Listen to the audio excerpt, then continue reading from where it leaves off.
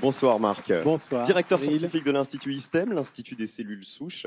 Alors on a vu à quel point l'épidermolyse bulleuse est invalidante pour Maëlle et à quel point sa famille doit être avec elle absolument tout le temps, sa famille et puis même son entourage à l'école. On a vu qu'il fallait prendre soin d'elle à tout moment de la journée. Mais, car il y a un mais, l'an dernier, une première mondiale a fait renaître un espoir. C'est une greffe de peau qui a été réalisée en Allemagne sur Hassan, un petit garçon de 7 ans qui souffrait de la même maladie que Maëlle. Alors, est-ce que vous pouvez nous expliquer en quoi cette première est un exploit pour les enfants qui souffrent de cette maladie? Déjà, quand on voit Maëlle, je crois que l'urgence, on la comprend profondément, quoi. On la vit immédiatement.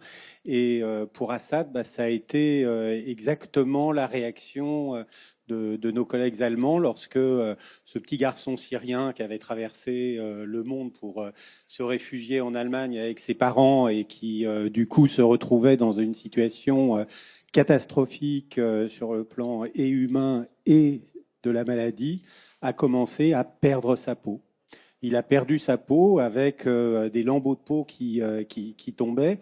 Et les médecins allemands, à ce moment-là, se sont heureusement souvenus que presque 10 ans auparavant, un médecin italien qui s'appelle Michele De Luca avait, grâce à l'argent du Téléthon, mené une première tentative de thérapie génique chez un petit patient atteint d'épidermolyse bulleuse et avait réussi à implanter, à modifier génétiquement donc un bout de peau de ce patient et à greffer 10% de la surface de son corps. Et donc, ils ont greffé combien Et du coup, ils ont appelé Michele.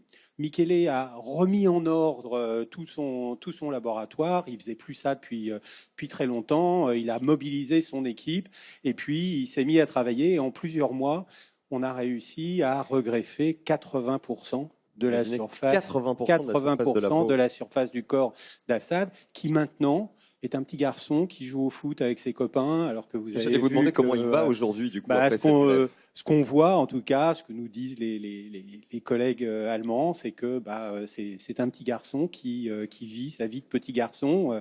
Et ça, c'est un espoir considérable.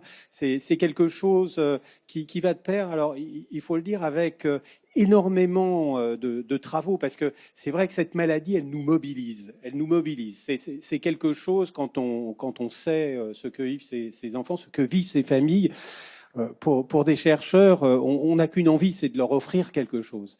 Et ce qui se passe là autour de l'épidermolyse bulleuse, c'est par exemple ici Alain Hovnanian à Necker qui démarre un essai clinique avec l'aide des équipes de Généton. C'est chez nous à ISTEM toute une équipe qui travaille sur la possibilité d'utiliser des cellules souches pour faire ces greffes de peau à partir de travaux complètement en laboratoire. Bref, c'est une mobilisation vraiment des équipes parce qu'on peut pas laisser ça comme ça, quoi. C'est tout simple. On ne peut pas laisser ces enfants avec cette maladie épouvantable sans avoir la volonté de leur trouver quelque chose. Voilà, c'est une solution à leur proposer. Absolument. Vous dites qu'il y a un essai qui est actuellement en cours à Necker, c'est ça? Il y a un essai qui est en train de démarrer, qui s'appelle GeneGraft, et qui est un essai pour lequel les équipes de Généton ont beaucoup travaillé, parce qu'il y avait énormément de travail, en particulier réglementaire, de préparation de l'essai clinique. Et cet essai clinique, maintenant, Alain va pouvoir le démarrer. Et c'est quelque chose sur lequel on compte vraiment pour nous montrer la voie. Et c'est une victoire du Téléthon, Pascal. On parle des victoires, de ce fameux V de la victoire, de vaincre, etc. Là, on a un exemple. Un exemple typique. Vous imaginez 80% donc de greffe de peau pour ce petit garçon, de greffe de peau qui est passé donc par la thérapie génique. Voilà, on a bien compris. Donc 36, 37. Voilà pourquoi il faut donner. On vous dit on trouve aujourd'hui des solutions, on trouve aujourd'hui des traitements. Et ce petit garçon, on nous dit qu'aujourd'hui, il est capable de jouer au foot. Voilà, c'est ça qui est formidable. C'est extraordinaire. Ce sont les victoires qui nous donnent envie d'avancer, de recommencer et de continuer tous les ans de faire le maximum pour ces chercheurs qui ont besoin de trouver ces solutions pour tous ces petits qu'on voit là et qu'on rencontre. C'est vraiment fantastique. En tout cas, bravo. Et on peut applaudir tous les chercheurs aussi, bien sûr.